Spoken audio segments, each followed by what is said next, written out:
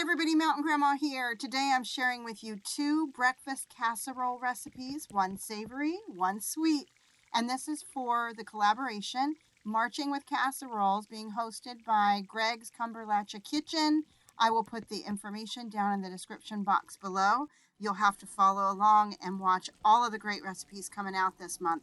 These recipes I'm sharing were given to me by my mother-in-law, who used to love just to sit and read cookbooks. She was an amazing cook, and she picked these recipes out and shared them with me quite some time ago. So let's go ahead and get started. We're going to do the savory one first.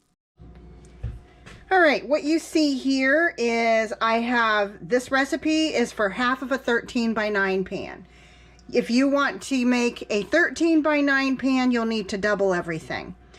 You're starting out with 3 English muffins, or the equivalent of. I had 2 English muffins, and then I had made some sourdough rolls a couple of days ago, and I used one of those since I didn't have 3 English muffins. But I cut those into 1-inch squares so that they line the bottom of this pan. All right, and the next step is you want to take about a 1/4 cup of melted butter, and you want to pour that evenly over your bread pieces that you have in the pan. And again, you could shake this up any way you want. You could use bagels down there. I mean, there's so many good options. Now, I'm topping mine with a mixture, a combination of sausage and bacon. And I want to see it covered. I want to see a nice layer there, but you're welcome to use as much or as little as you want of this. A lot of options for this meal here. And then once I get it covered with the sausage and bacon, I'm also going to be putting on top of that some onions and bell peppers that I've cut up. So I'm going to put some of that on there, and then I'm going to top it lastly with cheese. All right, your next step is you want to mix up 6 eggs, and then you're going to add to the 6 eggs 1 cup of milk, and you want to just mix that up really well. Once that's mixed up, you're going to pour it right over all of that cheese, like right over all the cheese, which feels counterintuitive, but that's what you do. And then on top of that, we're going to go ahead and put another little layer of the bell peppers and onions, and also more of the sausage and bacon. All right, and at this point, you really just need to get it covered up and put in the fridge. You're going to let it sit for 8 hours.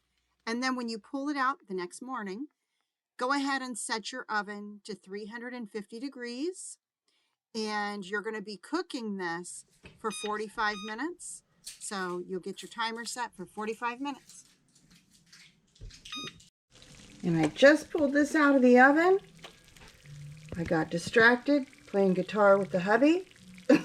So it got cooked a little longer than it was supposed to, but I think I got here in the nick of time. And it still looks and smells amazing. And here we go. We're cutting into it. What kind of hostess would I be if I didn't offer you a bite? So hang on, because you've got a bite coming. This was a hit with the whole family. And after you get to have a bite of this, we're going to go ahead and move on to the sweet breakfast casserole, which the grandbabies love. All right, here we go. Yum. All right, now on to the sweet. All right, here I've got a buttered pan. Now the recipe that I'm doing, I'm going to do half of the full recipe so you can see how that's going to go. But I've got some raisin bread here, so I'm going to be taking a half a loaf of this, chopping it up, and putting it down in the bottom of this. Now, to this, I'm going to add in, it said 5 sausage links. I just had regular sausage.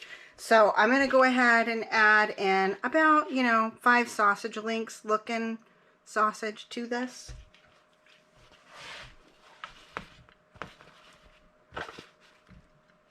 Maybe a little extra because, meat's good for you. Now I'm going to get my clean little hands in here, and I'm just kind of move stuff around a little bit. I want to make sure that sausage is in there. kind of evenly distributed.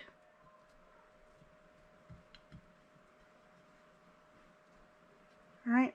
You can use more or less. It's up to you. Okay. There's a lot of ways to do this. Are you guys getting ideas? You could do pumpkin bread slices in here. You could really make this in a lot of different ways. Okay? All right, I'll be back with you. All right, now in this bowl, I've got 3 eggs. I added in the teaspoon of vanilla already. I'm going to add in about 1/8 of a teaspoon of nutmeg and 1/8-ish of a teaspoon of cinnamon.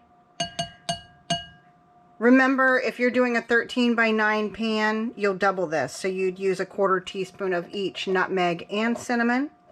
And then I'm also going to be adding to this 3/4 of a cup of half and half. I didn't have half and half, so I combined my heavy cream with my milk.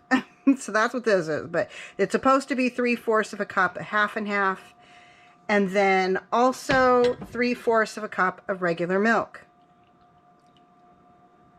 All right, now I'm going to get this all mixed up and I'll be back with you.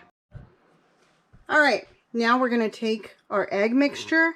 We're going to pour it over the top of all of this bread and sausage.